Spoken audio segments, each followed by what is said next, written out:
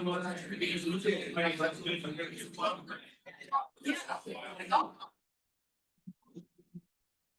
like to call to order the 1591st meeting of the General Student Senate of the 18th meeting of the 46th session.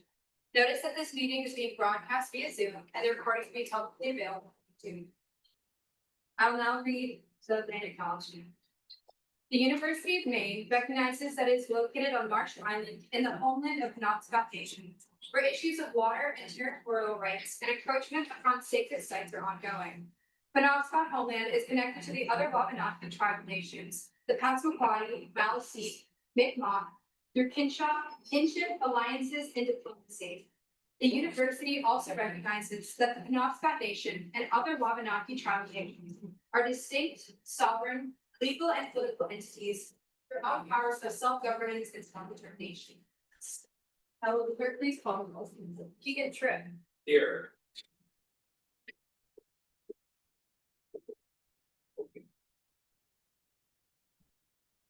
Cynthia Sharda. Here. Joshua Ball. Here. Dylan Tina. Here. Jordan Thompson. Here. Nate Fang. Here somewhere. Jason Woodford. Yep. Zoe Stankovitz. Here. Olivia Britton. Excuse. Ezra Erica. Here. Kyle Rickard. Yes. Ray Vanderwood. Here. Ezekiel Delorme. Here. St. Lawrence. Here. Dennis Stewart. Here. Joseph Elliott. Here. Riley St. Pierre. Here. Casper Cowan. Here. Barb Chapman. Here. Brian Whiteman. Here. Elena Dana. Here. Sky Van Beek. Here. Isabella Lamberton. Here. Caleb Hearn. Here. Sarah Harvey. Peyton Warren. Here. Christian Moran Gordon. Here. Jeremy Collinwood. Here. Zachary Zalal. Here. Ethan Brady. Here. Hazel Sparks. Here. Alan Ballat. Here. Taylor Stanford. Here. Haley Inman. Here. Marcel. Oh, here.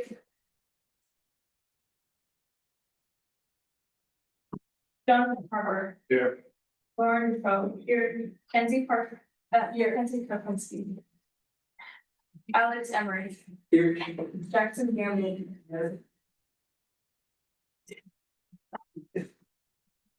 Lori Sedova.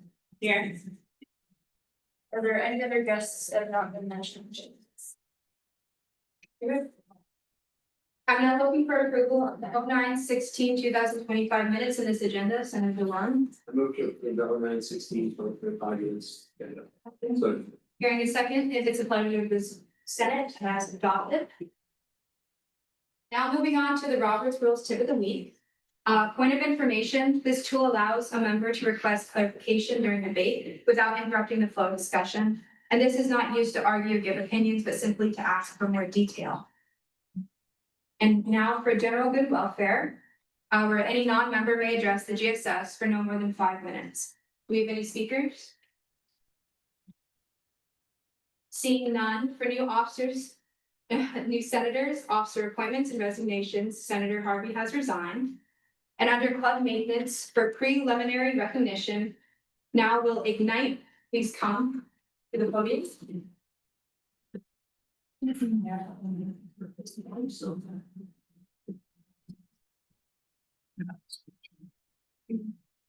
All right, well, if you tell us a little about yourselves. Hi, everyone. My name is Anna. I am the president of Ignite. We are the International and Global Network for Innovation, Trade, and Education. We are in the Maine Business School and we focus on international trade and getting students interested in that topic through hands-on activities. Our current research topic is tariffs, how they affect Maine businesses, and we present those findings at the Student Symposium in April. We work with Maine businesses students hands-on experiences as well as, give them, goals and tips to network themselves as well as gain internship opportunities. Do you have any questions for our speaker? Everyone? Do you foresee asking for funding in student government in the future? In the future, probably yes, but not right now. We're okay. Any more questions? Seeing, What would you request funding for? Probably, I don't know. Trips probably. Muslim inflation. But we go to the business school first because we do get funding from them and like we have a conference in November and they already helped fund that. So it's just, we go to them before we come to you. any more questions?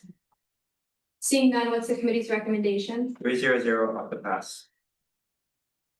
I'm now looking for approval. Senator Lonzo. Second. Hearing a second, we'll now enter discussion. Seeing none, debate. Seeing none, all in favor? All opposed? All abstaining? Seeing a clear majority in the affirmative, that passes.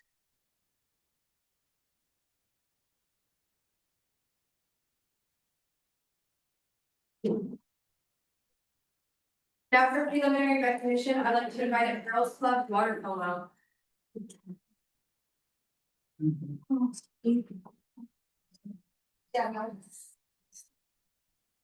Hi, my name is Anne, and this is Grace. I am the president of the Girls Club Water Polo team. Hopefully gonna be here. Some background on me and my club. I have been playing water polo in Illinois for the past 4 years, so this will be my fifth. I've gone to state 3 times, and my goals for this club is I would just like to gather a great group of girls and play some water polo, which is a sport that I love, and hopefully pass that on to future years. We will be practicing in the Stanley Wallace pool.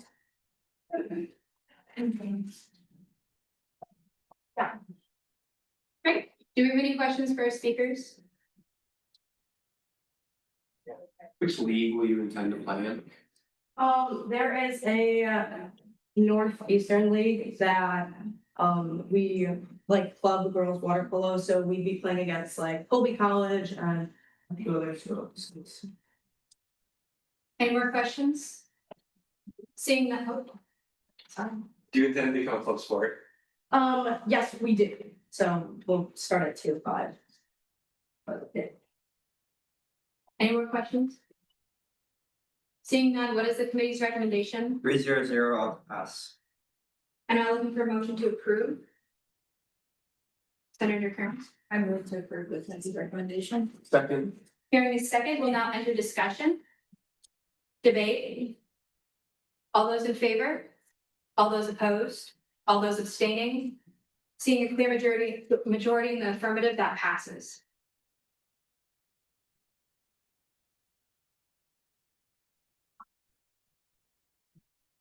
I'd like to invite up DATUM for preliminary recognition. Alrighty, I'm Bryce with Wall Street. This is James King, and we're with the Data Science and Data Analytics Club. And our mission is to make data science and analytics accessible to undergrad students. There is currently nothing for undergrad students as far as data analytics and data science goes. There's only the graduate program, and with I believe in the next 5 years, data science is projected to grow 34%. So we are very much lacking in that department at the University of Maine. Do we have any questions for our speaker? Question for funding, we currently aren't asking for funding, but with our potential 16 members, we have 12 members and 4 officers. We would be trying to do funding mainly to Maine Business School, and then we would proceed to ask you guys for if we get funding. It would be for 3 main things: Power BI, or for hackathons, or for presentations. All of those would be relatively costly. Great. Any questions? What is the funding process through the Maine Business School? That we currently have a professor as a liaison for that, and given the fact that we don't need funding yet, we haven't gone through the process of applying for it, but we that would be mainly done through the professors as the liaison and us spending. Any more questions? Seeing none, what is the committee's recommendation? 300 ought to pass. Senator Longstreth? Hearing a second, we'll now enter discussion. Seeing none, debate. All those in favor? All those opposed? All those abstaining? Seeing a clear majority in the affirmative, that passes.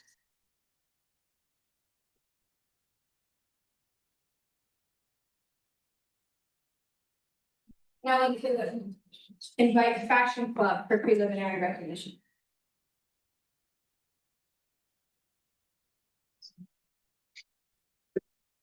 All right, good evening, everyone. My name is Tete Iku. I'm here with Simon Luke and we're the Fashion Club for the Fashion Club. So essentially the club gives people an outlet to express themselves through means of fashion. Yeah. Senator Delore? How many members? We have about 12 right now. Any more questions for our speakers? Do you intend to host events such as fashion shows in the future? Yeah, we plan on it depending on organization. Follow up to that, do you intend on asking us for funding to help you run these fashion shows? Not at the moment. Any more questions? Seeing none, what's the committee's recommendation? 300 ought to pass. Senator Delore? I move to approve the committee's recommendation. Hearing a second, we'll now enter discussion. Seeing none, debate. Seeing none, all those in favor? All those opposed? Abstaining? Seeing a clear majority in the affirmative, that passes.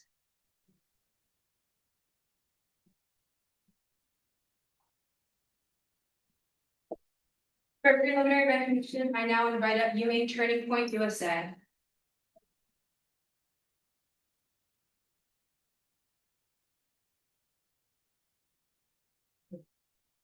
Hi, everyone, my name is Molly Curtis, and I'm the president for Turning Point USA, to represent at UMaine. We're a national organization whose mission is to identify, educate, train, and organize students to promote the principles of fiscal responsibility, free markets, and limited government. And it's just going to be a political activism group, nonpartisan. Okay. Do you have any questions for our speakers? Seeing none, what is the committee's recommendation? 300 ought to pass. Now looking for Senator Delore. I move to approve the committee's recommendation. Hearing a second, we'll now enter discussion. Seeing none, debate. Seeing none, all in favor? All those opposed? All those abstaining? Seeing a clear majority in the affirmative, that passes.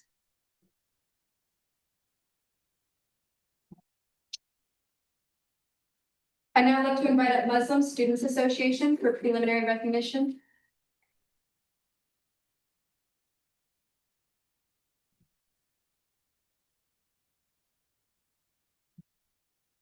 Hi, everybody. My name is Nasara. I am the president of UMSG.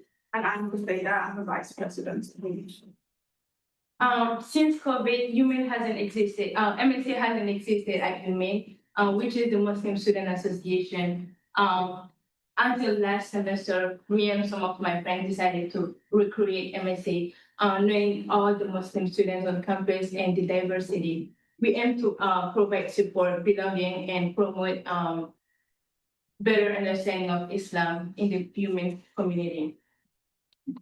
So we currently have 52 members on a group, an interest group basically, and we plan to have weekly meetings. We plan to have social events, learning circles, and also kind of host study sessions for our members. We also plan to host cultural and educational events and also engage in campus awareness activities. Great. Is there any questions for our speakers?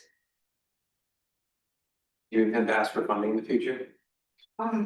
Yes, we do aim to also fund it in the future, but our main goal is to hopefully fundraise for whatever we need and also apply for outside grants if possible. And then we would approach this the student governments to help us complete what we need. Do you intend to get involved with the Student Heritage Alliance Council? Do you know what that is? Cool. I'm gonna task you with that. Yeah, the Student Heritage Alliance Council is think of like a roundtable for all of the cultural groups on campus. I'll send you guys out a Gmail, we'll get in contact, just because getting Gmails today might be a bit tough. But, I hope that, you know, we can work with you to help you, with whatever you need, assistance or, you know, numbers. And I look forward to working with you. Any more questions? Seeing none, what's the committee's recommendation? 3-0 to pass.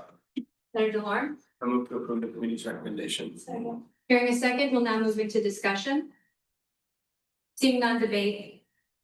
Seeing none, all those in favor, all those opposed, all those abstaining, seeing a clear majority in the affirmative, that passes.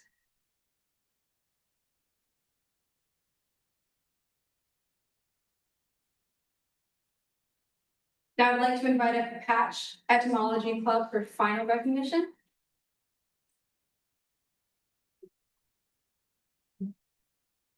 Hello, my name is Elizabeth House, and I'm the current treasurer of the Pat Etymology Club. We are a professional academic club aimed at fostering etymology of all different experience levels. We currently communicate with the Beekeeping Club on campus and the Maine Entomological Society. In future, we will eventually ask for funding for trips, collecting and pinning supplies. We currently have about 150 members on our mailing list. Very nice. Do you have any questions for our speaker? How many members consistently attend your events? Around 12 to 20 without including officers. President Chair. This may be a dumb question, but what is the connection between the Patch name and entomology? So Edith Patch was one of the first big female entomologists. Patch Hall on campus was named. She studied at the time, they were called aphids, but now they're called adelgids, like the Hemlock-Flea adelgid. She had a house, I guess on university property called Wayside. We don't currently do anything with that, but eventually I'd like to at least monitor the property. I think that would be interesting. Cool, thank you. Any more questions for our speaker? Seeing none, what is the committee's recommendation? 3-0 to pass. Senator Delorme? Move to approve the committee's recommendation. Hearing a second, we'll now move into discussion. Seeing none, debate. Seeing none, all those in favor, all those opposed, all those abstaining, seeing a clear majority in the affirmative, that passes.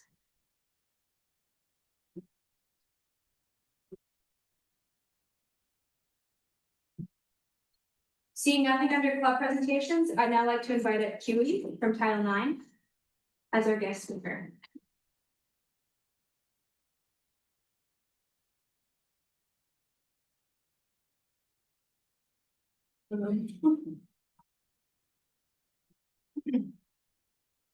Hello, and thank you, State Government, for inviting me to speak to y'all tonight. My name is Huey Siegfried. I'm the current graduate assistant of the Title IX office. I completed my bachelor's degree here in Situla, and I was a student ambassador with Title IX for 2 years. So what does Title IX really do? Title IX here on campus provides support to students experiencing any sort of like sex discrimination, assault, dating violence, and we also provide support services to parenting and breastfeeding living on campus. We provide accommodations, we have all sorts of events that go on campus. We actively try to work with clubs or other student boards to kind of help spread that outreach. We have like monthly events in our office, outside of our office, we usually table out a reunion. We have a lot coming up for Domestic Violence Awareness Month and also Child Loss and Pregnancy Loss Month. Any questions for me? I've heard that in years past, you guys have like a peer ambassador program. Can you speak about it at all? Yeah, so I myself was a peer ambassador for 2 years. In that program, it's really an opportunity for any all students to come work with Title IX to help kind of be that creative brainstorm behind a lot of the events we do. In previous years, we've had a fun run And we've also had a big block party where we invited local community partners to come kind of, talk about what they do and have like little informational games. After they were very successful and those were largely student and Title IX run. So they help a lot with, bringing the students and bridging that gap. We also, upcoming, now that I'm thinking about it, there's a national organization called the Hands on Us Project. We do not currently have one on this campus, but through Title IX and our confidential resource advising office, that is something we are soon hoping to kind of start outreaching to students. So Hands on Us would aim to be, related to Title IX, but really outside of the peer ambassadors, a truly student-led chapter of, connecting with the broad campus. We have roughly 11 to 12,000 students. Title IX is a very small office, so we want to give all students an opportunity to come be a part of the mission. Great, is there any more questions for our speaker? Well, thank you so much for coming here and speaking with us today.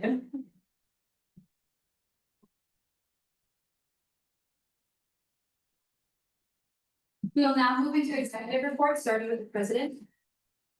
Right.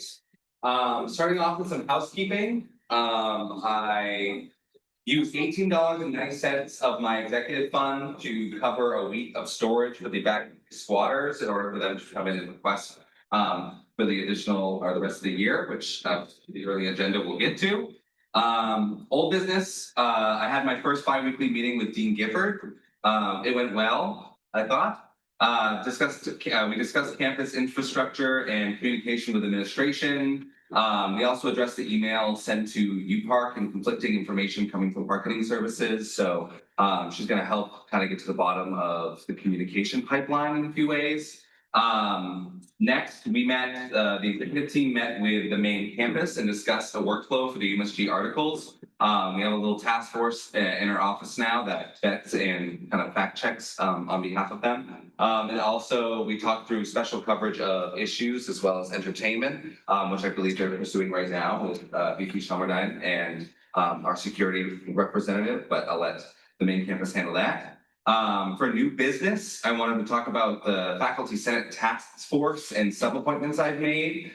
Senator Chapin will be leading as our liaison. I'm meeting with him Friday. That meeting is going to have to be over the phone. He'll be on the road, just so you know. For subcommittees, the Faculty Senate has made it a point to go back through its bylaws and see where students previously held positions in its committees.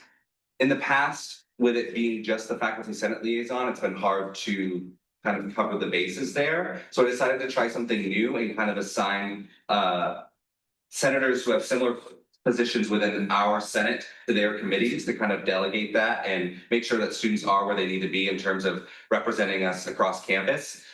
So for that, the Faculty Senate Academic Affairs Chair Committee appointment will be Senator Ricker, as he's our Academic Affairs Chair, if that made sense.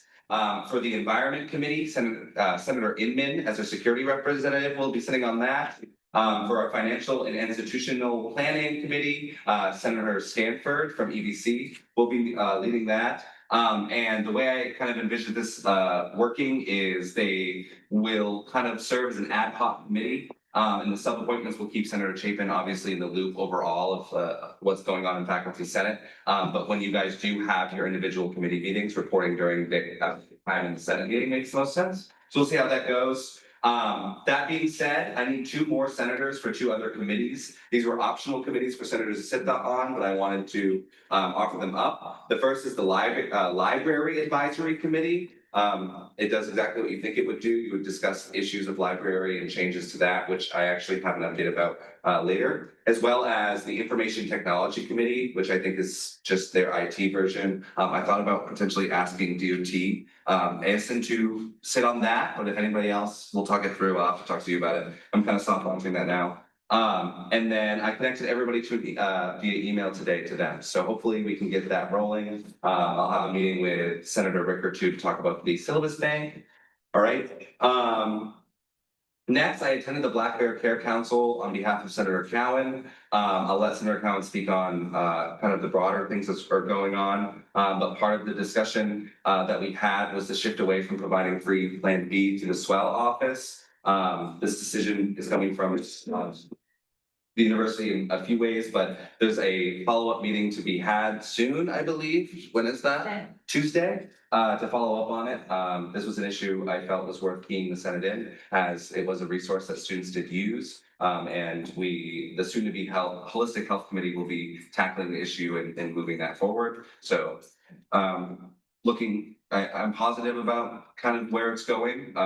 Things have changed a lot in the last year, as we all know, so we have to navigate that together.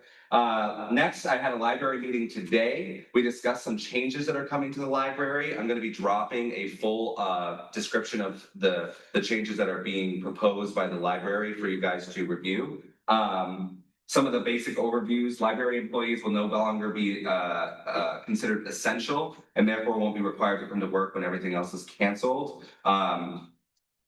Also, they will no longer be open, and these are proposals, these haven't been made, but these are the proposals. Will no longer be open on holidays that the university is not holding classes on. And then there'll be slight changes in hours, opening generally at 8 AM instead of 7:30, closing generally at 11 PM instead of midnight. And again, I said I would share that handout. The Dean of Libraries, Daisy Singh, is looking for feedback on that within the next week. So I'm gonna drop that in the chat, and I would like you guys to mull it over, and if you guys have any feedback or thoughts, send them to me so I can get them to her. GSG will be doing the same thing, and their timeline's a little spread out because they have bi-weekly meetings, so we do have time, so get to it when you can, but no, that has to be relatively soon. And if you want to serve on the Faculty Senate Library Committee, this will be an issue that you'll be kind of helping tackle, so maybe that's something you're interested in. Lastly, yesterday I was in Portland. I went to the UMaine Alumni Association meeting. We discussed student morale and relationship with admin. I've joined the engagement committee, which is it's not a brand new committee, but it's the first time it's kind of been booted up in a while, which is dedicated to building an alumni and current student relationship, which I'm excited about. This is something I've been talking to them for a few years, now that I've been going into my second year serving on that committee, or that board. And apparently an alumni donated around $5,000 to that committee to do kind of engagement events. So I'm looking forward to that relationship. And that is the end of my report. For my report, standing committee chairs, please come get your binders in the offices. And make sure you're updating your attendance sheet by the end of the week. All senators need to be fulfilling their committee requirements by the end of this week. And please ask me if you're confused where you stand. I'm currently writing the bylaws for the MCEC Student Advisory Board, and it appears I will be chairing that board till further notice with graduate student at the target. But at our next meeting, I'm trying to set up elections. Looking at the scope of involvement, as Dean Giovanna has charged us with coming up with a report on additions or changes to all engineering degree programs, including those with prerequisites or minors. I'd like to wait till this one is fully established before I use it as an example for other colleges. I want to make sure this pilot program is successful in the way that I'd like it to be. When I met with Dean Giovanna last week, her vision for this was to be completely student run and her to be hands off. And that's why she's not going to be present at our meetings unless we ask her to be. And this is fully assembled and structured by students per line writing the bylaws right now, which I'll have all members look through and sign by next meeting. I would really like to have all MCEC senators present at our next meeting, which is tomorrow at 5 PM at the Engineering Welcome Center. You'll see me present a resolution later tonight, which is one that was brought in from the Senate last semester, but there's alterations made to it because it wasn't completed by facilities management. I called them last week to ask about it, and they didn't have an answer for me. So this request is being put in again, but with changes per the direction of Dean Gifford, sorry. Oh, Lori, please don't tell her. When Keegan and I met with her on Friday, that's at my end of report. Moving on to the Vice President of Financial Affairs. So I'll have a presentation at the end of my report I'm going over, just to kind of give a better visualization of numbers. I'll have to bring up, but I'll start off with my traditional report. My projected unallocated is $423,849.87. No returns to allocated this week for transfers. We had a transfer of $500 from the student government office budget for professional classes to a conference and travel fund. And we got a transfer of $130.95 from a coach spike / set stand and ball rack to volleyballs for the men's volleyball team. No budget lines were added. Office budget, student organizations came in and requested $150 for office budget. Backcountry squatters came in and requested $630 for an allocation to the consent agenda for payment for a storage shed per year. Microbiology came in and requested $100 for pizza for their pizza and E. coli painting night. And I put in a request for $264.08 for checkbooks for our club sports, so that we can give them checks and we can direct fund them, and then from there they can vote. It's sort of kind of more in line with our mission statement. The resolutions to the Senate tonight are Society of Physics students requesting $3,770 for a trip to Denver for Physics Congress, and a seat payroll that I'll be presenting, just so that our seat representative actually can be paid for attending like all of the representatives are, and that's for a total of $2,175. And I'll do my quick presentation, just for everybody. It's a PowerPoint. Yeah. So part of my goals were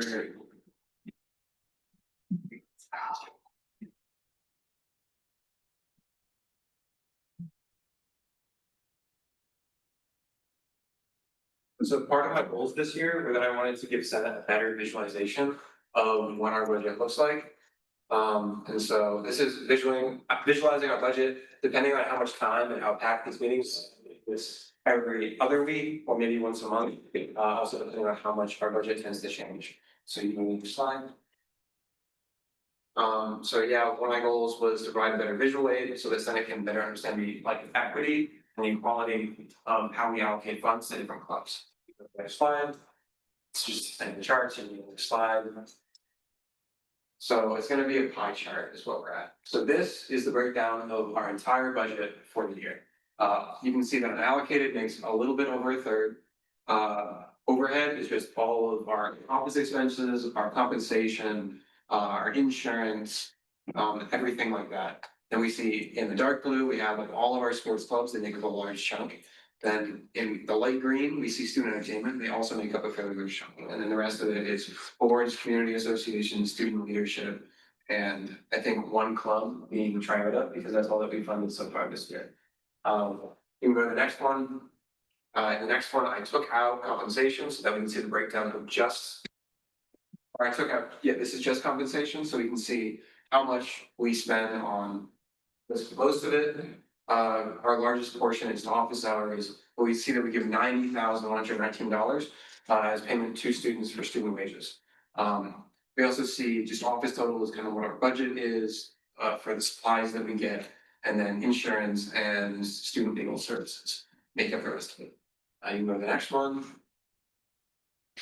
So for this, this is our breakup of the rest of the budget minus what our rent costs were. Here we can see that we're currently sitting where most of our budget is unallocated.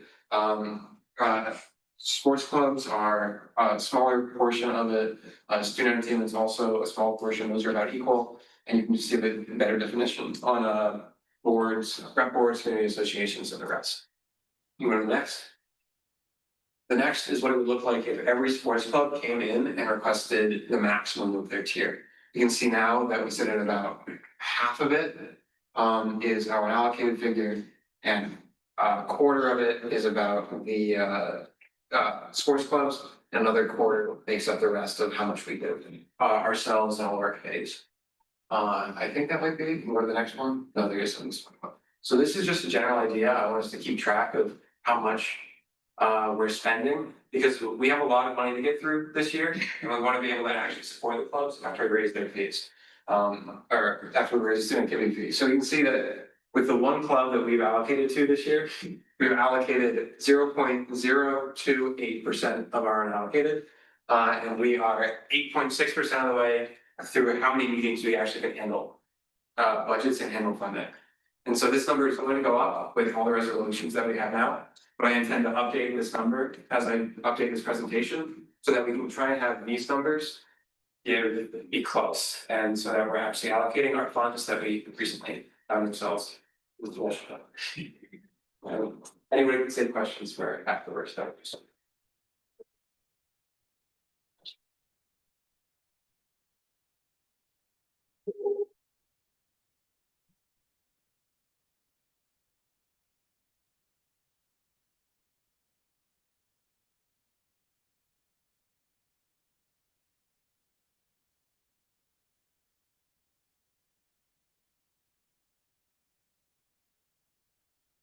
Now moving on to the Vice President of Student Organizations.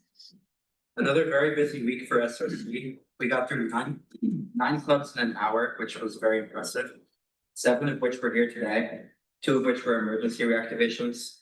Golf Club has been reactivated so that they can work to restore membership quickly after the old officers deactivated without existing students being aware of that. Society of Physics students has been reactivated so they could come for funding.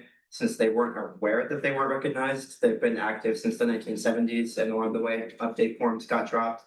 Current officers didn't know, so now they're fully recognized with us.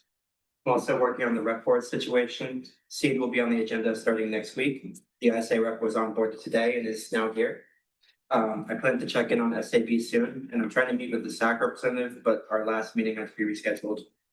So SOC is also going to be considering the role of CANS moving forward and reconsidering how to best represent that body.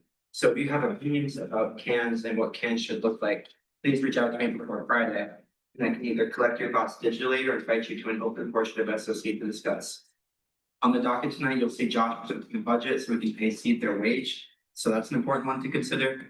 And additionally, I came into EBC for $150 for a club lockers budget. So if we pass the consent agenda tonight, I can finally get our lockers sorted and end of report. Vice President of Student Entertainment. Hey everyone, so today in SEC, we discussed time, like our schedules and all that, and are working at tabling weekly or bi-weekly or on more occasion than has ever happened in the past for SEC.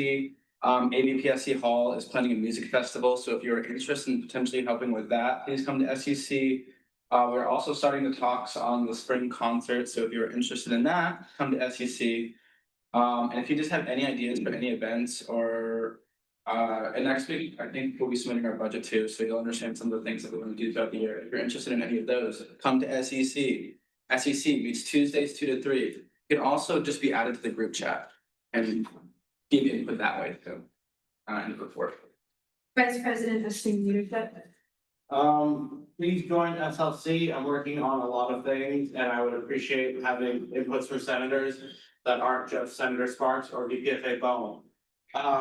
My immediate projects are revamping the newsletter, so hopefully one will come out either the end of this week or the beginning of next week. And then the leadership scholarship, I am hopefully going to be re-looking at the qualifications and questions for that, because the guidelines don't outline a lot of things. But I also have what we used last year and I'd like to send that out fairly soon so people can start applying. End of report. Advisor to Student Government. Hi, everyone. Happy fall. Now officially fall, my first meeting of fall, like cider and donut and stuff. Anyway, so I just wanted to share a few things today. I had some good conversations with a number of different student leaders today. And I think one of the things that I want to say is that sometimes administrators like myself are not aware of kind of the trends of students in terms of what is most important. Sometimes I get wrapped up in the things that I see, right, on my desk. So right now, one of my biggest concerns on campus is student mental health. It's my absolute #1 concern. We've been doing a lot of talking about that. Probably #2 is driver safety on this campus for obvious reasons. And then there are some other things that are very important to some of our students that were not as high on my radar as they probably should have been. So in saying all of that, what I'd like to look to all of you for, as student leaders on this campus, is to help us to know what those things that we should be paying better attention to are. If something is, you're hearing it amongst your friends, if you're hearing it in the student organizations that you're a part of, if something just feels like that you're not getting the communication that you need or that you want, and you don't know why, and you're really frustrated about it, I would ask that you bring it to me as the advisor or somebody else that's in my office or in student life. Because I can tell you that sometimes might be a reason for that, but most of the time it's unintentional and that we don't understand where our level of priorities are versus the students. So I just want to put that out there, because that's something that's really important to me. That you all know that, that you pay my salary and I am here to help support you. That is why I exist on this campus. So, bring your concern forward. I think that's the best way for me to know. The other thing I wanted to put out there was that, so it's election season, with it being fall and all. And Maine has two pretty big issues on the ballot this year, two questions. One is about voting rights and the other is about gun rights. So they're predicting, I had a meeting with the town recently, and they're predicting that we're gonna have a pretty high voter turnout in Orono this year. Of course, we're gonna be voting again if you're registered in Orono in the CCA. So that will then bring with it a number of people who want to talk about their political views, of course, because that's pretty typical. So I just wanted to let you know a couple of things. If you are bringing someone or a speaker or some sort of political event that's coming to campus, historically that would have gone through the Center for Student Involvement. In order for them to make sure that it is the safest possible event with the most free speech, that we are now asking that that event management goes through events and hospitality, because they are more equipped to communicate to a broader audience than some of the student organizations that are managed by CSI.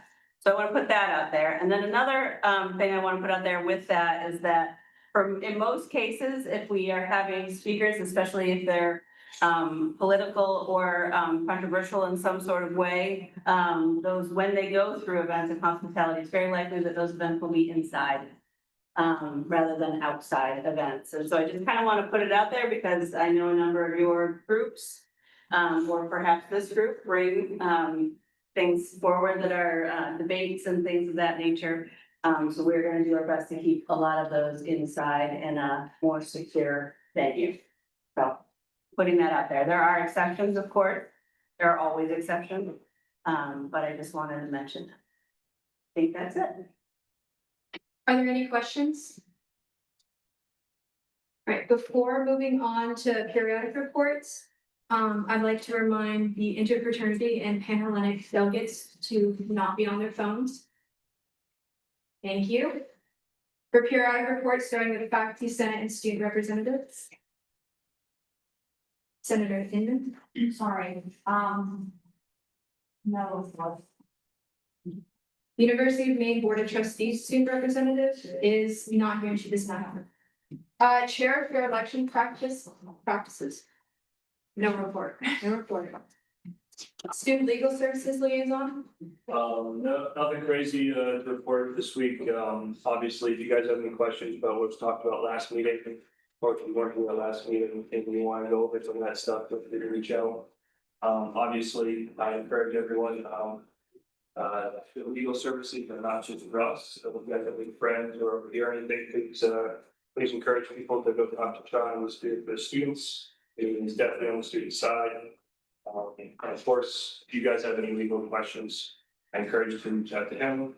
If you are scared of him for whatever reason, please reach out to me, someone else, and we'll get you contact. And we're good. Point of order. That my back in the Senate, so we're elected to. Oh, I'm sorry. I just why I was so stunned that you called on me. Apologies. It's okay. Chapin, did you have a report for that? Back to Senate liaison. Oh, right. If you don't, you can stay in the recording, that's right. And currently the representative to the Graduate Student Senate is vacant. So Old Town Council liaison. Want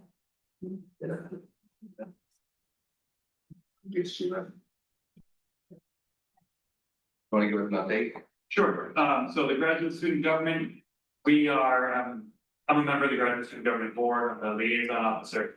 We have not yet had a meeting of the full graduate student government. We've had a couple board meetings, we had, like I said earlier, we meet bi-weekly. So the Senate meeting, in lieu of that, what would have been our first Senate meeting, we had just a social over at Marsh Island. So this Friday, we will have our first full Senate meeting, and at that point, things will be a little bit more interesting. Right now, we're really just getting prepared for the year in terms of the graduate student government.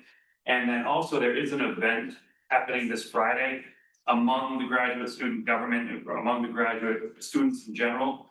We have graduate workers, those are your TAs and so forth, you know, anyone who's ever had a TA in their course. Those are our graduate workers. And the graduate workers union has been organized in the past 2 years for a contract. It's been a 2-year process.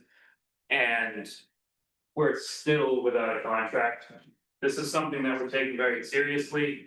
It's something that we've been working very hard for. It's been a process that has been very frustrating. And this Friday, we are having a rally. It is going to be right over at MLK Plaza. I believe President Tripp is passing around. Or super flyers with some information on those. And we are going to have among our graduate student speakers, some other speakers as well. We have Mike Tipping, who is the our senator to the state Senate of Maine will be there. And then also we are going to have challenging Susan Collins, Jordan Wood, and also Grant Plattner will be there speaking on Friday as well. So any support that we get from undergraduates is very much appreciated. This is a fight that we have been taking on for our own selves. For obvious reasons, to have a living wage. A lot of us are older, a lot of us, you know, are parents like myself. And, you know, this is both an education, but also a livelihood. So any support that we get from undergraduates is greatly appreciated. So if anyone is around, if anyone wants to turn out, give your support, lend your voice, see Grant Plattner, but whatever draws you there, we would love to have any support that we can have. And if you even want to take these quarter sheets and bring them back to your constituents, that would be better. So thank you. Thank you. Old Town Council liaison. The next meeting is October 6th, and report. Old Town City Council liaison. Oh, that's the one. Or no. Or no, the next Monday, September 29th, report. Representatives of the Military and Veterans Student Affairs. Nothing crazy to report here. I have reached out to the Veterans Office and the emergency program. Getting a better understanding of what the expectations from us are. So next meeting, I should have a better understanding of what some future possible issues and conversations we might have. Director of Communications. I will once again be sending out a Google form. Please fill it out so we can get the Meet the Senator series going back again. Outside of that, if you need headshots done, please refer to my booking link, which is on the website. I'm available for Senate for like 3 hours, as well as other times of the week. Director of Technology. University of Maine Security Representative. I met with the security last week. The meeting was really, really long because students keep getting hit by cars. Don't really know what to do about that. Meeting with Andrew Gifford and the report. This Center of Undergraduate Research Liaison. First meeting's tomorrow, or you guys don't have those next week and the report. Are there any questions? Seeing none, moving on to reports of standing committees, starting with policy and procedure. 4 resolutions going through tonight. Hopefully they'll be pretty fast.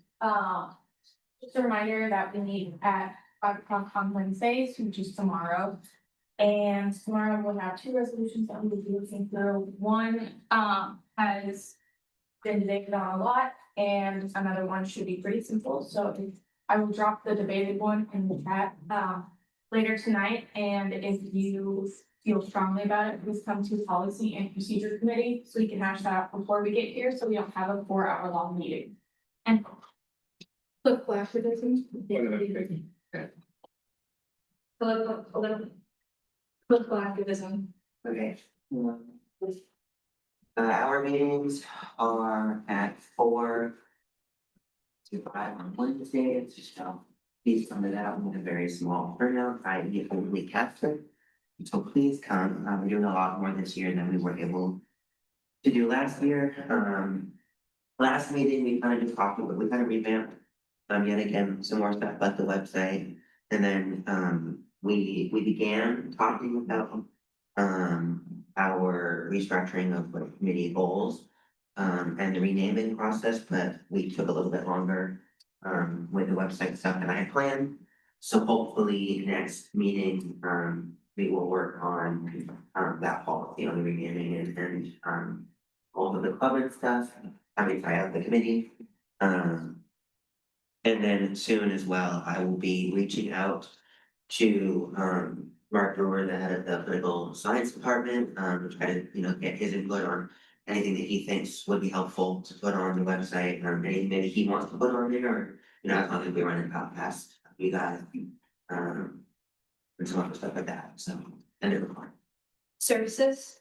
Hello, everyone. We're all having a great week so far. Last week we had our first meeting where we went over ideas for what can be accomplished this semester and continue progress we made last semester. We talked about events we could do as a committee with the student body, such as night walks and tabling, just some ways that we can get campus-wide input on service-related issues. We talked about possible collaborations with clubs and orgs such as the Horticulture Club or SEED about possible quality of life for on campuses like planting flower beds around common walking paths or areas where you don't. There's also some discussion on communicating with SAS about requesting the van transportation come back for students. We're getting right to work as well with resolution going through later regarding adding speed humps along Long Road and Sebago Road. So yeah, guys, just a lot this committee can accomplish and see where it can go. Does anyone have the report for academic affairs? All right, are there any questions for the speakers? Okay. Move on. Seeing none, moving on to reports of special committees serving the student mental health. Hi, everybody. So we had a turnout for this week's meeting, which I'm super appreciative for all the senators that showed up. Once again, if you are interested in participating in the mental health committee, we have moved our times ever so slightly, just by 30 minutes. We will be meeting at 2:30 to 3:30 p.m. on Mondays in the Wade Center. If you even just want to be part of the committee chat, let me know. DM me, hit me up after this, whatever, and I'll be in it. Later tonight, we will be discussing a potential policy change for the committee. This is the holistic health and wellness committee policy that I had talked about a couple weeks ago. And that's finally on the floor today. As I've mentioned in the past, but yet again, this is your reminder that from 12 to 3 p.m. this Friday on the mall, we're going to be participating in the Swell Black Bears Care Fair. Unfortunately, due to medical concerns, I am no longer able to participate in the dunk tank, but if you are interested in either getting dunked or standing next to the person getting dunked, let me know, because I think that will be so fun, and I'm always looking for more volunteers. Lastly, on the issue of Plan B, as President had mentioned, the student life offices and the campus are no longer able to hand out Plan B due to a change in policies around medication distribution. To provide some context on why this is a pressing issue for students, in the last 3 years, and I have some statistics from Mabel Wadsworth, the Bangor Healthcare Clinic that has provided our campuses Plan B for free for the last several years. They distributed 70 boxes in the 2022 to 2023 school year. They distributed 89 boxes in the 23 to 24 school year, and they distributed 200 boxes in the 24 to 25 school year. This is purely subjective on what I think that increase is from, but I think that's because we as a campus community were talking more about this resource, and we made it open and clear to students that there was this resource for them to access, and so they access said resource. Another thing to note about this is the reason we are no longer able to get those for free through Mabel Wadsworth is their supplier in the supply chain is no longer providing them to Mabel Wadsworth for free. They are now $5 a box, which is still really, really great as compared to your regular retail store price. So if you are a friend or anyone you know is ever looking for one of those boxes, you are able to pick those up for only $5 at Mabel Wadsworth Clinic in Bangor, Maine. And one of their outreach coordinators is often on campus and would be more than willing to do a distribution on campus. And then as for sorry, next steps. My brain is kind of all over the place. It's a lot. I've spoken to a couple different people in the student life offices, and I have an appointment set with several of them on the 30th, and we'll talk more about this. I've been told that currently a very loose, not official plan of action is to donate the current amount of Plan B boxes, which is at least 20 boxes currently sitting in the Swell office that are not able to be accessed by students, and they are set to expire in December. So this is kind of a pressing issue. We need to find something to do with them soon. Again, that current loose plan is to attempt to donate them back to Mabel Wadsworth, which would unfortunately create a little bit of a location gap or location barrier for students looking to access those. But there are several on-campus organizations, TRIOTA, the Women's Gender Sexuality Honor Society and Service Organization being one of them, that are more than welcome to more than willing to step in and get those boxes back from Mabel Wadsworth and then distribute them on campus. End of report. Good job, affairs. Okay, so last week we had our first committee meeting. We went over goals and where we want to go with it. I think the app session I posted in the chat. And then I had my first meeting on Friday with Sodexo and their team management. We came up with two main goals to achieve this semester, which is posting QR codes around dining halls, specifically on like the napkin dispensers and those little like clear things in Hilltop, so that a student can just scan it on their phone through Google form. But FDA is taking it upon themselves to go through those and relay that to Sodexo, because that's the only way we can do that.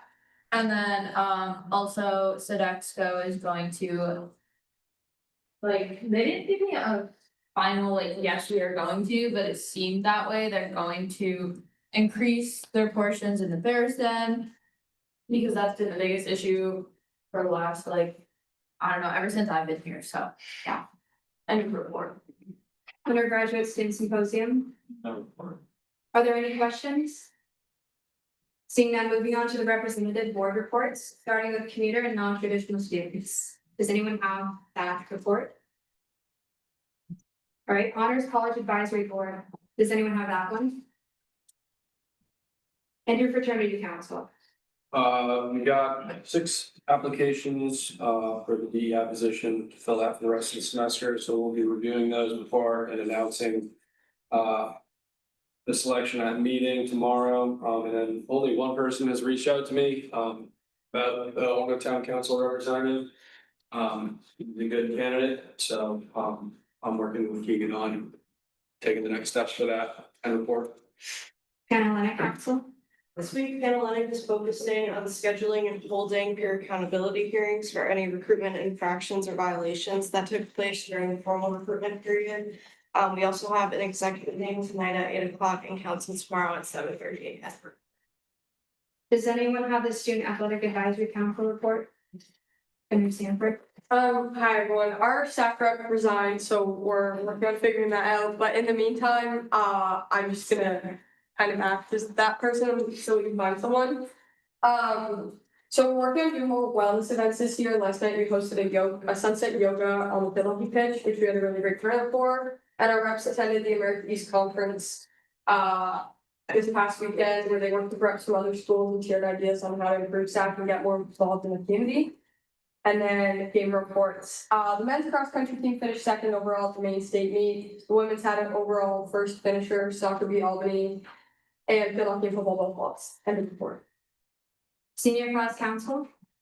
Hi everyone, so our next upcoming event is the Big fundraiser that I mentioned last week. So that's happening in the Union from 9 a.m. to 2 p.m. on Thursday, October 9th.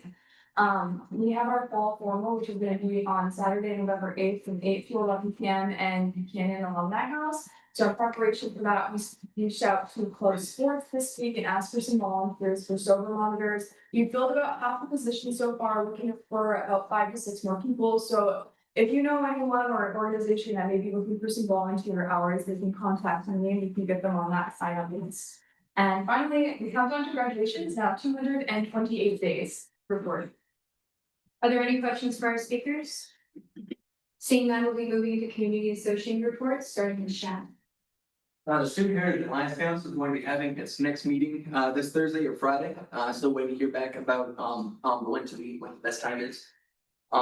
This week with my advisor, we're going to be meeting with Dean Daisy Singh and Anila over at the Office for Community and Connection to discuss how we can better work together to foster community and good connection with all these student cultural clubs on campus, and also to hold some preliminary talks regarding Culture Fest and the Present Family Feast, which will both take place in November.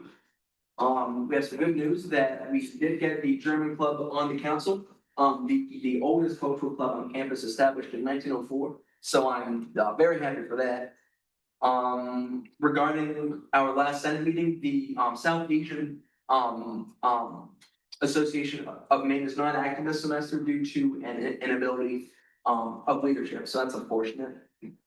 I was very happy to hear about the Muslim Student Association being active on campus. I'm going to be reaching out with them to get them on board. Hopefully, the timing works out, like, so they can attend this next meeting. And that'll do it for my report. Mark Stein, No report. International Student Association. Hi everyone, so I was absent the last week, so my name is Sharifullah, I'm the president of ISA. Basically ISA is serving international students in terms of we are arranging coffee hours every Friday. And we're all the international students come along with some national students, US citizens and everyone. Our goal is to make UMaine a better place for international students and make them make friends and get along with each other and stay away from homesickness and stuff. We are arranging coffee hours. We also are looking for new ISA members to help us because we are 4 people and I think we are less for the team.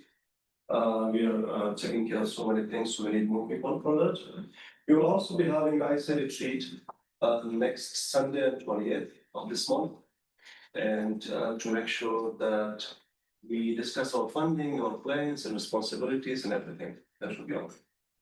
Okay. Are there any questions for the speakers?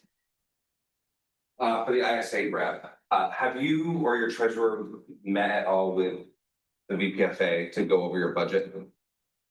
They have not, no, but they have met with the OIP team, and I think she has met with the person that you just mentioned, and we will be discussing that in the ISA retreat on next Sunday. Okay. I didn't think that it's not something that you do now, but I know in the past that as we gear up for Culture Fest and the International Dance Festival, the budget. In years past, that conversation hasn't happened as early as it needed to. So I just wanted to put it out there. And excited to have you here. Thank you. Any more questions? Seeing none, if it's the pleasure of the Senate, we'll now be entering our 5-minute recess. Those three.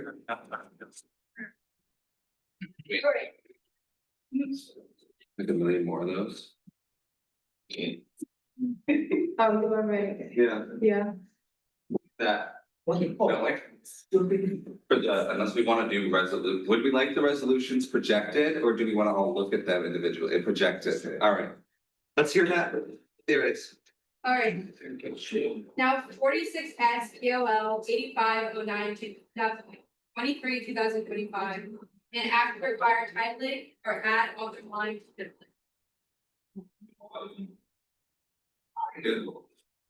Okay. Actually, no, since I'm not gonna do all the presentations, you should bring them up. Can you do that? They are in the files for tonight, the ones that Cynthia sent out.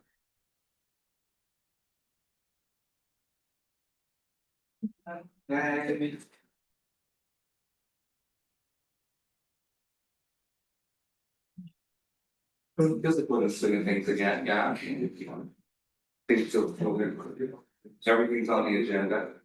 Alright. I said it'll be. Feels kind of good. No? Yeah, it's trying to fill the silence here. My pen is an 8-ball. Your pen is an 8-ball? My pen is an 8-ball. Softball. Can I ask, will this pass? No brainer. That's what I like to hear. It's not this one. This one will pass then, don't worry. Copy of intro. You can only see intro. Yeah. All right. Okay, can you zoom in? We're gonna have to use this anyway, we're trying listening, assuming that like, this is so sweet. All right, so this is an act to require titling written by either author or policy and procedure committee, and to add an author line to the admission template within the standing rules of the General Student Senate. That wasn't the act to when I sent it to Polybro, but it is now.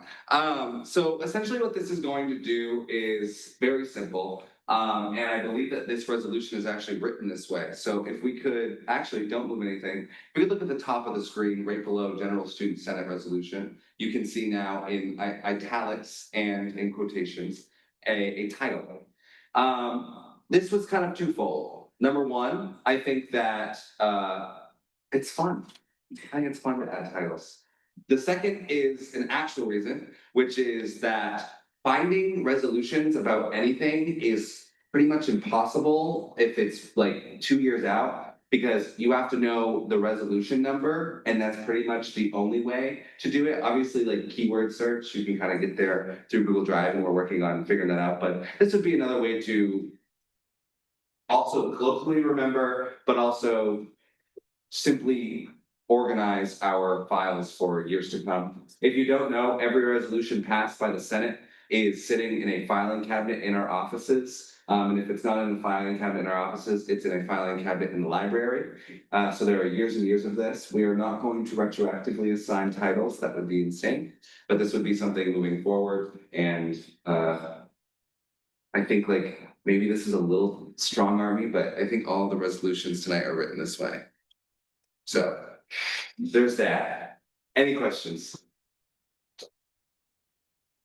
Oh wait, sorry, I didn't even explain the whole thing. Also, it adds an author and sponsor line. Until now, right now, it's written as it's just sponsor, which is weird because a sponsor is like a actual like mechanism in Student Senate, which is that you need to have somebody who is a member of Student Senate sponsor a resolution in order to get it passed. That said, you don't have to be in Student Senate to author those resolutions, or another example internally, if you're a representative or a executive, actually, that's not true, you can author and submit that, but you can be the sponsor for other students should they need one. So that also adds, if you scroll to the bottom of this,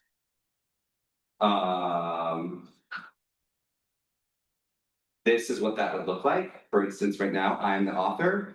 This is also because when we send resolutions that have something to do like an act of urge to people, this will allow for the people who read it to know who was the author and who just supported it, which is a distinction that is worth denoting. So I authored this resolution. Senator Cowan was nice enough to sponsor it. And this is basically what it would look like. And everything on the resolution that is like confusing and really long is just updating both parts of the standing rules, which outlines the template for a resolution. And now I've got a basis. That's it. Any questions? Oh, Mickey Thompson. Can you explain the word optional in the first resolve? I feel like it's confusing. Right, so, I left this one on purpose, this was on oversight, originally when this came through last week. In the act to it had optional, and we decided it was mentioned to make it required. So it requires for organizational purposes. And instead of going through and making an amendment, we decided to send it back to Polypro. And so now it's back. The optionals are left because it is optional for the author, but Polypro has to assign it a title. So if you are authoring a resolution and you just don't care about the title, you're not feeling creative enough to run. You don't have to, but Polypro is then required to give it a title for organizational purposes. That is why it is optional. The actual title, if you will. You are in favor, so. How does this apply to other committees that pass things through Senate? Such as services? It applies the same way because as it is written, it's actually in the numbered list. It applies to all of the committees because if you look at number 8, yeah, I can see that it applies to that. This whole template is for every single resolution that will go through Student Senate.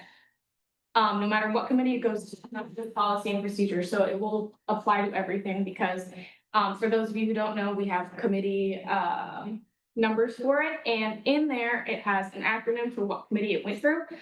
So POL is policy and procedure, EBC is executive budgeting committee. So this isn't just for policy and procedure, this applies to all of student government resolutions.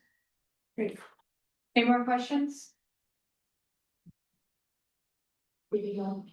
How is an title going to be more effective than an Act 2 for organizing and finding information? In my opinion, it feels like giving a title is just a less descriptive version of what the Act 2 is going. It just expands the keywords that you can search, just makes it a little bit more searchable. It makes it easier to talk about rather than saying, oh, you know, resolution, POL, blah, blah, blah. We say, do you know the IOTA Act? IOTA, this is IOTA. And of Titles Act. It's just a small tweak. It doesn't make any huge advancements, but it's a little advancement. And another thing that I thought about was like the potential to abuse a title and to be mean about it, but that is why it's a Polypro, so. Does this mean now that every resolution that I pass through UMSG must have a title, including all consent agenda resolutions? Sure. But they must now. And Polypro will give them a title if I don't title them in UMSG? I guess it would be something like, the title would be an act to distribute, to fund. You know what I mean? How do we avoid redundant titles when clubs come in asking for the same item year in and year out? Spring 24, spring 25, 2025, 2026. You would just put the date into the title. Any more questions? Just so adding on to the Noel's question. So if the VPFA has EBC resolutions that they choose not to title, they then have to send them to the policy and procedure chair or the policy and procedure committee to be titled before they can be considered by Senate. I guess, no, I feel like this is kind of like a procedural nitpick. I think it only makes sense that, I mean, I guess colloquially, the BPFA would just start slapping a one sentence title at the top of the 4 or 5 on average resolutions that come through. But again, it'll also make it easy to search the amounts of money that we distribute to people, on top of obviously the sheets that we use. But I think that this is like, I guess that's debate, but I don't think this is a big deal. Senator Sparks? In response to that question as well, if you want to get really nitpicky, yeah, you can send it to the policy and procedure chair and it will slap a title on it. It would take 30 seconds at most, so I don't see an issue in that if you really want to go down that route. Also, for organizational structures, if we do pass this for EBC, if we want to look up every single item we funded from now on, For one specific club, this would make it so much easier to do that. So it's also, there's benefits for each specific committee, not just polypro. And then the author of every EBC resolution is the BPFA. So it would be up to you, and I guess if you wanted to make polypro do it, you could. Any more questions? So if Polypro doesn't put a name on it, then it can't go through the Senate? That is correct. Any more questions? There's just no world that that would happen. Any more questions? Seeing none, was the committee's recommendation? 400 up to pass as amended. I'm looking for approval of the committee's recommendation.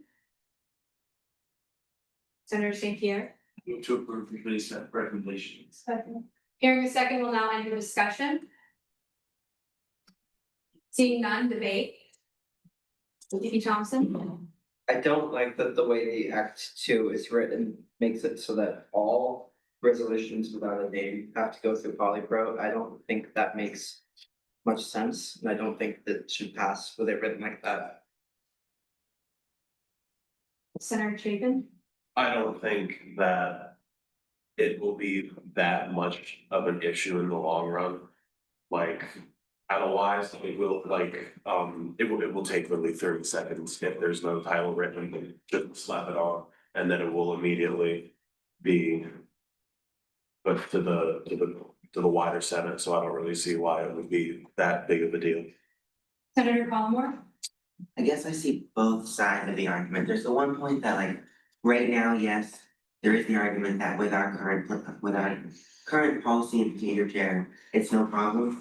But say in the future, we really doesn't wanna do all that, you know, I mean, of course they have to, but I do see it being easier, I guess, if you just do like, you know, you, in order to put a, you know, to put this on the floor, have to have a title on, you know, just make CDC do it. Senator Cowan. I think also on that point, if the policy and procedure chair is not living up to the requirements of their position, that doesn't have to be their position. Senator Sparks. For this, I feel that we are overcomplicating it quite a bit. For the only creative titles really that would be going through are titles from policy and procedure. Everybody else's committee is pretty standard. We don't see academic affairs put things through very often, so that would probably be the only other committee that wouldn't have a standardized title. EBC would probably have a standardized title with the club that's the organization that's funding it, and date, time. That's up to the discretion of the Vice President of Financial Affairs. And if there really is a person who does not want to write a title, by all means, throw it through policy and procedure, but that would just put back their resolution a whole week probably, so. But also, if we are really wanting to change it, someone can make an amendment right now to change policy and procedure committee to whatever committee is most fits, or whatever committee it's going through, something like that. VP Thompson. I'm pro policy and procedure resolutions having titles given us by polypro. But if we end up in a situation where BPFA BOEM doesn't give a resolution a title, it has to go through polypro, which means it skips the Tuesday Senate meeting, it has to wait a week. President Trump. I would find it ridiculous if that was the choice made. Senator Chapin. Easy solution, title your acts, even if it's a really simple or stupid, just do it. Yvonne. I feel that this makes very menial tasks and very small resolutions now. So for EBC and for my role as VPFA, I have spreadsheets and everything's organized by numbers. And having it organized by numbers is the most efficient way which we do things, whether it's by how many resolutions we've passed the year, organized by date, everything like that. It already is. I feel like having it organized by this is actually detrimental to how, at least I search through and I find resolutions that we've passed in the past. And so I guess I would wish that this wouldn't apply to BPFA and EBC resolutions. President Tripp. This would change nothing and how you organize resolutions. The resolution number would still be there and it would still be filed that way. This would simply allow what we're building, which is a Google Drive with all resolutions that will also be open to all senators, to just simply add a few extra keywords into that. And I do think that we are nitpicking for something that is procedurally small and only beneficial. Any new points for debate? Seeing none, all those in favor? All those opposed? All those abstaining? Seeing a clear majority in the affirmative, that passes.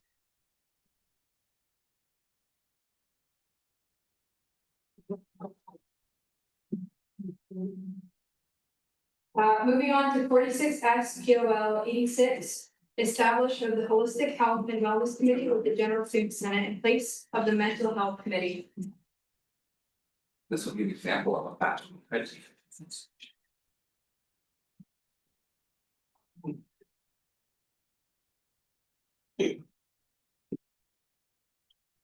Everybody agrees that. At least kind of.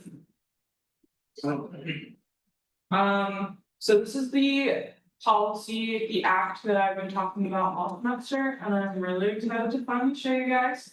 It's an act to establish the Holistic Health and Wellness Committee within the General Student Senate in place of the Mental Health Committee. And then the first part asked is just some background information about general like campus, college, mental health. Whereas according to the Healthy Minds Network annual report, over 75% of college students in the United States reported moderate or severe psychological stress in the past year. A 2021 survey of the University of Maine system found that 39% of students reported moderate to severe psychological stress, with students citing stress, anxiety, and depression as top challenges facing academic success. Something to note about these numbers is they are a little outdated. They're about 4 years old, and trends that I've seen in other data suggest that this statistic is much higher now. And then in our second whereas section, while mental health resources on campus do their best to meet the needs of our students, issues remain in adequate funding, student awareness, and peer support. Student government has a responsibility to advocate, uplift, and cater these efforts to the unique needs of our student body. And whereas the Mental Health Committee of the General Student Government has passed many hands, but ultimately has been aimless and relatively unproductive for the past few years, largely due to a Title II general and a committee that lacks specific structure or purview. And whereas it is our responsibility to correct that course and set up a committee for success in supporting the holistic health and wellness of our students. So what do all of those words mean? That means that for the past couple of years, we've had a very aimless committee that has been around the general idea of mental health, but what does that actually look like? What's the application of that, and how do we structure that within our university? So then we get to our results section. So the holistic health and wellness shall refer to a holistic approach to health and wellness, which acknowledges the 9 dimensions of wellness. The holistic approach would acknowledge the impact of these dimensions on student mental health and overall well-being. And the Holistic Health and Wellness Committee shall be responsible for fostering a campus culture that prioritizes the mental, emotional, physical, and social well-being of our students. And the chair of the Mental Health and Wellness Committee shall be responsible for representing or appointing a proxy to represent the student government and the undergraduate student body on the Black Bears Care Council Board of Representatives. That's what I've been talking about for also the past couple meetings. So the Black Bears Care Council, if you're not familiar, is a representative board of people from all of the student life offices, the counseling center, UMPD, and various other on-campus services that are dedicated to student health, student mental health or health, and fostering a better campus environment. And then our next results section, the Holistic Health and Wellness Committee shall be chaired by a sitting senator or representative, will be open to any undergraduate student voting members, will be defined by this freshman committee chair, very boilerplate stuff. And then we have our actual like outline, and these are the bullet points. These are like the really important parts I want you to take away from this. So it shall be the responsibility of the Holistic Health and Wellness Committee to work to establish and maintain relationships with student wellness related campus services, such as Student Wellness Resource Center, the Counseling Center, Title IX Student Services, Student Accessibilities, and others as deemed appropriate by the committee chair. I kind of wanted to leave this open-ended because the things that are offered on our campus are ever-changing. I do not think that there is a guarantee that any of the major offices that are currently like mental health or holistic health aligned would be the exact same one in 5 years from now, let alone 50 years from now. And then the second point, it will work to establish and maintain relationships with wellness-centered student and community-led organizations as deemed appropriate by the committee chair or GSS. I think that because this committee is centered around students and students' perspectives with student mental health, really want to emphasize the word student there. We should work with student groups, so I really want to emphasize that in the new structure of this committee. Our third point is organize at least one wellness-related outreach, event, survey, or feedback opportunity per semester to maintain student perspective on wellness as it relates to things life. Such opportunities should also serve to increase visibility and accessibility of one of our student support or wellness service or groups from the greater O&M community. I kind of left this like low key. The next chairs would have the opportunity to do an outreach event, a survey, a feedback, a something. This just kind of ensures that they are maintaining that contact with the student body. I think that it's a really like low threshold, not a lot to ask somebody to do, and theoretically the whole community working on this. Then work to address any concerns or issues of the student body pertaining to mental, emotional, social, or physical health that are brought to the attention of the committee. 5, relay student opinion, concern, and all other relevant information to the applicable humane support service or executive decision makers. So within maintaining that relationship with the support services on campus, that also ensures that the committee chair is actually reporting and updating those services. As I'm sure a lot of student leaders in this room have encountered, not all of our services always talk to one another all of the time. And this is our way to like step in and do that on behalf of our student body. 6, assist in educating and updating the student body on important issues, opportunities, changes in policy, and other information deemed necessary by the chair or the GSS. And then 7, any other tasks as directed by the General Student Senate.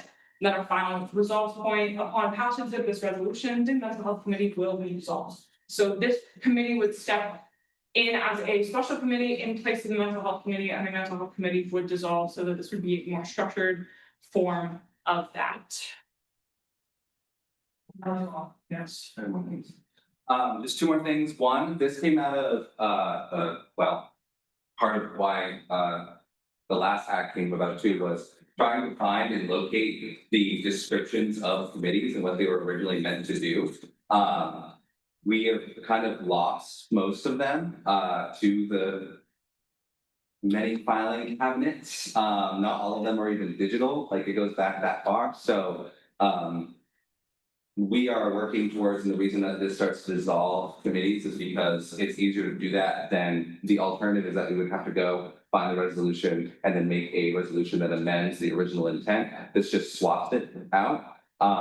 And this is also the first step towards what will be a big project that I've assigned to probably for this year, which is to create a brand new governing document called the Committees of the General Student Senate, where all committees, including executive committees and others, will have their purviews and setups outlined so that people can refer and look at those, and chairships kind of have, especially when there have been years where chairs go years and years unfilled, someone can kind of pick them back up and have them all in one place and make changes if they need to, depending on if it needs to be modernized. But right now, we can't make changes because we can't find them.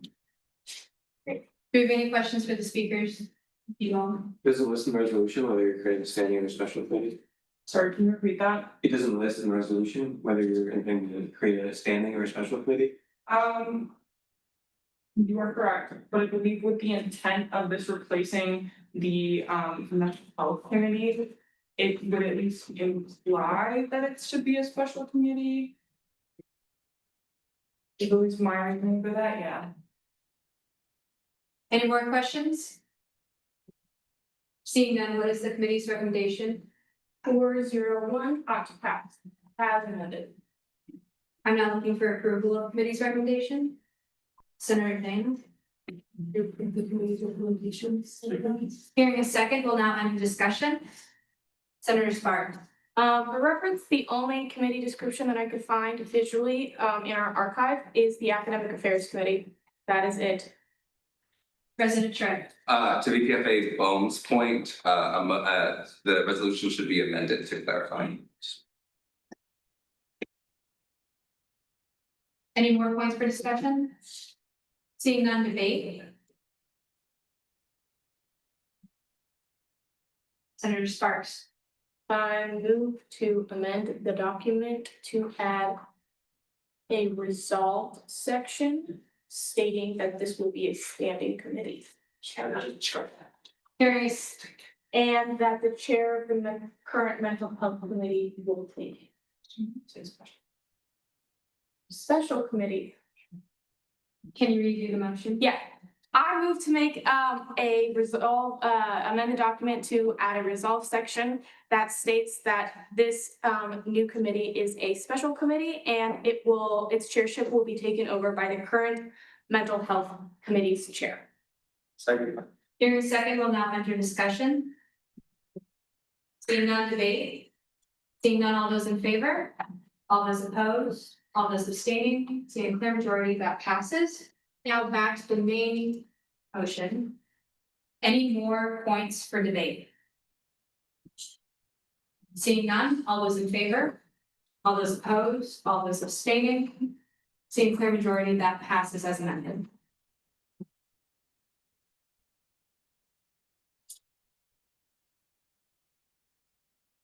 Now moving on to 46S POL 87 to adopt newly formatted UMSG Inc. cabinet policy. Okay, back here again. For those of you who have been here, or were here last year, I was up at this podium doing this same thing over and over and over again, reformatting and updating all of our governing documents. We are so close to having done them to every document, but one of the ones still remaining are the cabinet policies. I don't know if the brand new, like the updated, like copy of it is in the email, so, but it literally, just like everything else, and I believe Polypro vetted it, is simply a format grammar update, and that the document is exactly as it was before with the exact same policies, minus the ugliness. And this basically just affirms that that document is now our cabinet policies. I will drop it, I can drop it in the chat right now, actually. If that makes sense. But again, doesn't change anything about it. And that's it. That's the whole thing. Do we have any questions? Senator Chapin? So you just made it pretty. Yeah, as a freshman senator, you weren't here last year, but we did this like a million times. Really? We redid the constitution, financial policy, standing rules, SOAR. So that's what I pretty much did for my first semester last year. And second semester. God. Yeah, it's fine. Excruciating is another word. Yeah. I enjoyed it. Had a great. And they, now it's a standard, I standardized it to look like every other document. Any more questions? Seeing none, what is the committee's recommendation?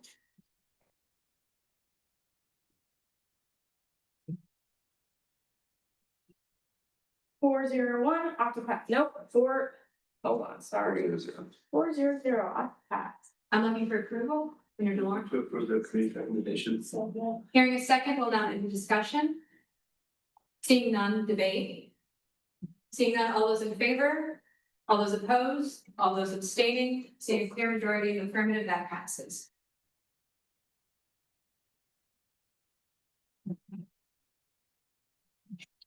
Just your document next. Okay. Moving on to 46S EBC 90. An act to allocate funds to the UMSG Inc. for payroll for seed representative board.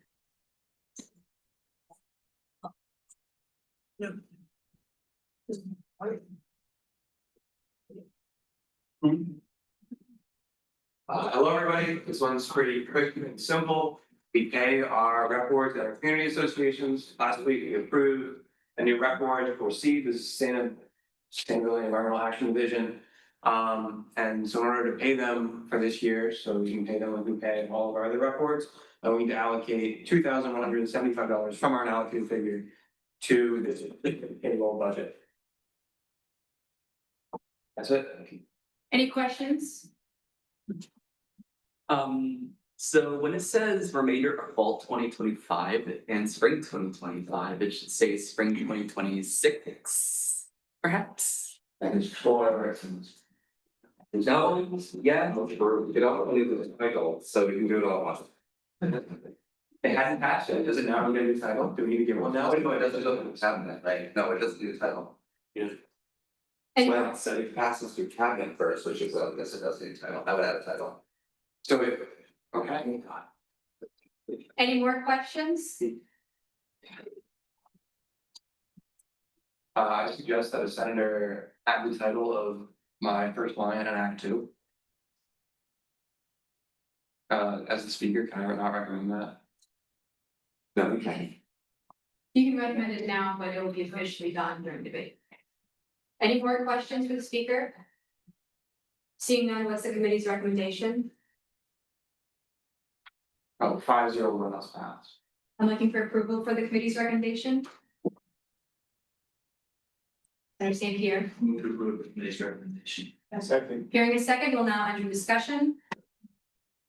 President Trick. To clarify my point in concept, the IOTA Act will pass in cabinet before this act, and therefore it will then need a title, so I would do that now. On top of, again, don't forget the 2026. VP Bone. We consider this in cabinet before we consider the IRA Act. I mean, I guess if you were to consider the IRA Act passed. If you want to do. Senator Sparks. I actually think it's a great idea because then, instead of a senator deciding how the VPFA's titles should go, the VPFA can henceforth find its own way to title them and do that. VP Bone. Also, all of my consent agenda items would also need a title. And we would have to do that now for in cabinet tomorrow, so if you just pass. I would last if it's. I'll do it last. Then all we have to say discussion. Any more points for discussion? Senator Chapin. Please call IOTA last. Okay. Any more points for discussion? Debate? There's one. I'd like a motion to change the name to spring 2025, both instances that it's listed there to spring 2026. Good. Second? Hearing a second, we'll now enter discussion. Seeing none, debate. All those in favor? All those opposed? All those abstaining? Seeing clear majority in the affirmative, that passes. No.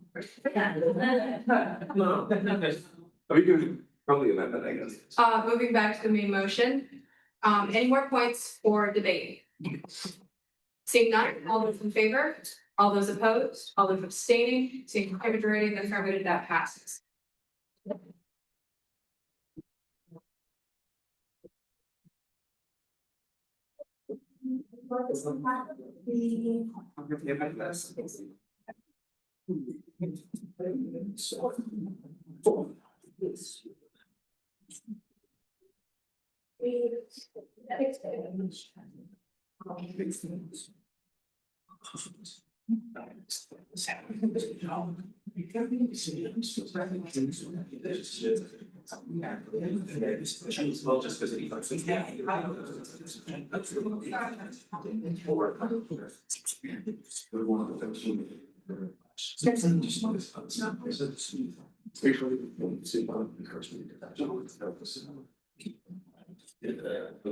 Speaker. Hi, so as you guys know, we just hired we're going to hire a rep board seat. They were approved last week. I found out they can't actually be added to the agenda without a separate resolution going through Polypro. I think that's convoluted, they're already approved. So I suggest we add a new line of the sort that just says, once a rep board is established and passes the Senate vote, they can be added to the agenda. Okay, also adding on to this, there is, we realized after this was passed that we also need a complementary resolution to change the standing rules as well. So this can be sent back to the committee if you want to do this at the same time. However, if this is sent back to the committee, nothing on it will change. Nothing will be changed. It will stay exactly the same. It will just come back next week with its partner, which was this whole separate resolution. So we can either pass it today by itself, all in fluent zone, or we can do it next week with them together. Great. Any questions? Senator Chapin? Do you have a preference? I would just pass it today. That would be my preference. Okay. President Trick? I guess point of information, it would really just be to uniform it. This would technically take like. It's really confusing. This would technically do the job, except for the fact. It wouldn't be written in both documents, so the only goal would be to unify it. So this would allow the thing to happen within the next 2 weeks, while Polypro figures out its amendment to the standing rules. So really, I think that the preference is to pass it today. Any more questions for the speakers? Seeing none, what is the committee's recommendation? 4-0-0 last pass. Senator Norm? I move to approve the committee's recommendation. Second. Hearing a second, we'll now enter discussion. Seeing none, debate. Seeing none, all those in favor? All those opposed? All those abstaining? Seeing a clear majority in the affirmative, that passes.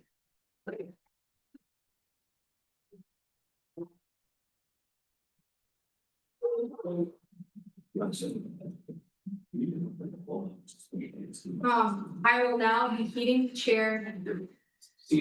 Seating the chair. To Polypro.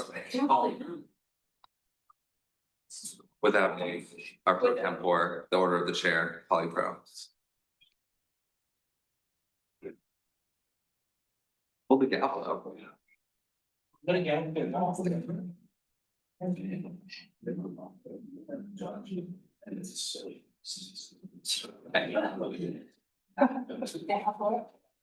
It's not Roush.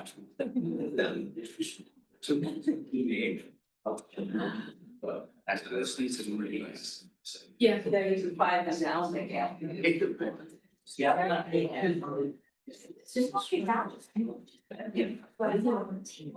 Okay, so as you'll notice that this resolution is formatted a little bit differently from the other ones. That's because not as much information is needed for a funding request. This is an act to submit a funding request for speed humps under functional renewal and improvement. Whereas pedestrian safety is a primary concern among the student body, particularly in areas with high volumes of both foot and vehicular traffic. To address this issue, speed humps will be installed in designated locations to effectively regulate vehicle speeds, reducing them to a range of 15 to 20 miles per hour. This was something that was already brought to Senate last semester and already approved last semester, but we are re-adding it again. Because of recent events where we had a student and both faculty hit, and then the year before we had our own senator hit. And the year before that, we also had 2 collisions. The project description is to address ongoing safety concerns. Rubber or temporary speed humps are proposed for installation at key pedestrian crossings on campus to slow vehicle traffic and improve safety. 2 will be placed along Long Road, positioned before Boardman Hall and across from Cumberland Hall, to ensure drivers reduce speed before entering this heavily trafficked zone. Another will be installed on Sebago Road in between China Road and Grove Street. These areas have been flagged through student feedback and vehicle incidents as high risk.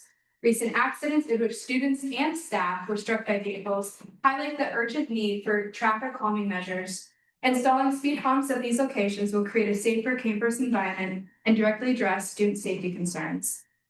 And this was also ushered by the Dean of Students in my meeting on Friday. Any questions for the speaker? Senator St. Pierre. Did you clarify what the board means that, which side exactly? Long Road before Boardman Hall. For Boardman Hall, if you're going up, you know. Okay, thank you. Anybody else?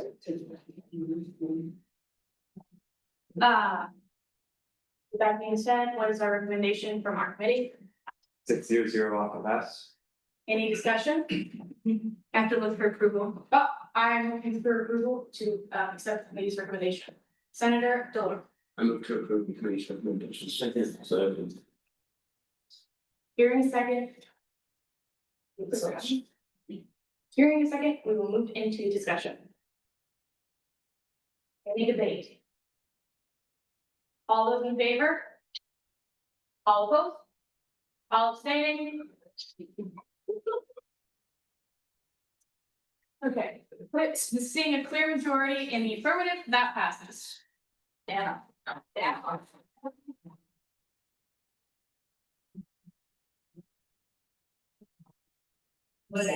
You really like the vice chair today. Yeah. You really like the chair today.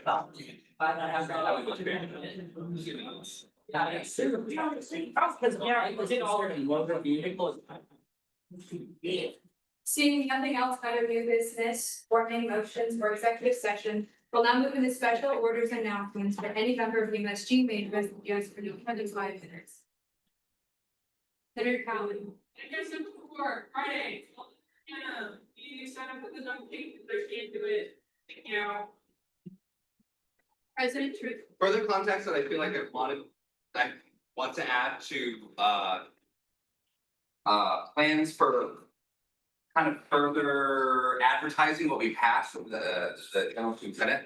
I will be working with the DOC and do like bi-weekly updates. This is something that the UNH Senate actually does, where conveniently it's the list of titles and then little small descriptions of what was passed underneath it. That will then hopefully eventually link up to a part of our website where we'll have all PDF documents of all resolutions that are passed and signed. So kind of moving forward, we'll be seeing hopefully a lot more transparency with what's going on in the Senate, not just to be obviously transparent to make sure that Senate people are able to be accountable, but also to put in the work and let them know what we're doing, what we're passing. Lori said earlier that her least favorite part is policy. It's my favorite part. So I think that we can convince other people it is theirs too if they know a little bit more about what we're doing week to week. And on top of that, I want to say that this Senate meeting felt like a Senate meeting again. Nonetheless, didn't at all, but I feel like we're back in the groove. I appreciate you all engaging in discussions. I think that we have a great year ahead. And it also felt good to pass some money this week and not cringe. So that was cool. Senator Sparks. Adding on to what Senator Cowan said, I am in dunk tank from 1 to 2. Please also sign up to be in the dunk tank, because I really cannot be in the dunk tank for longer than an hour. Senator Inman. That correction, Senator Sparks will only be in there from 1:30 to 2. DPSL Bang will be in there from 1 to 1:30.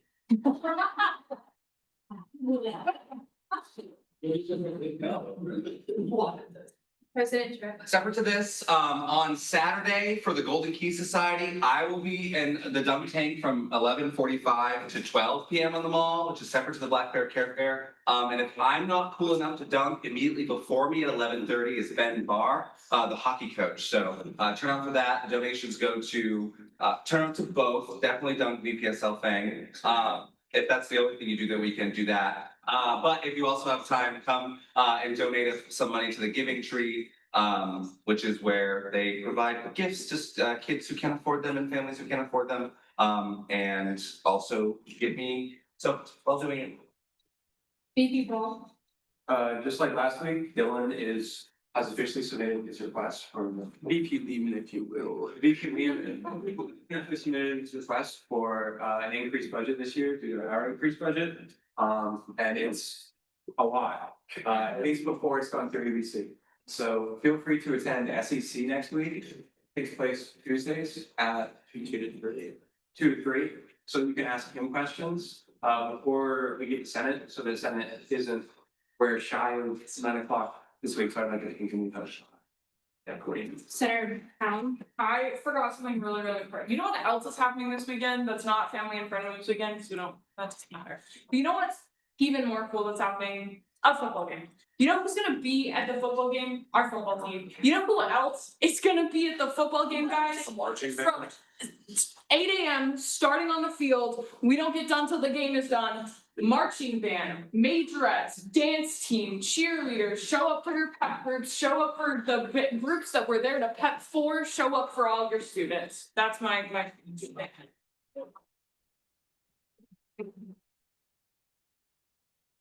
Any other announcements?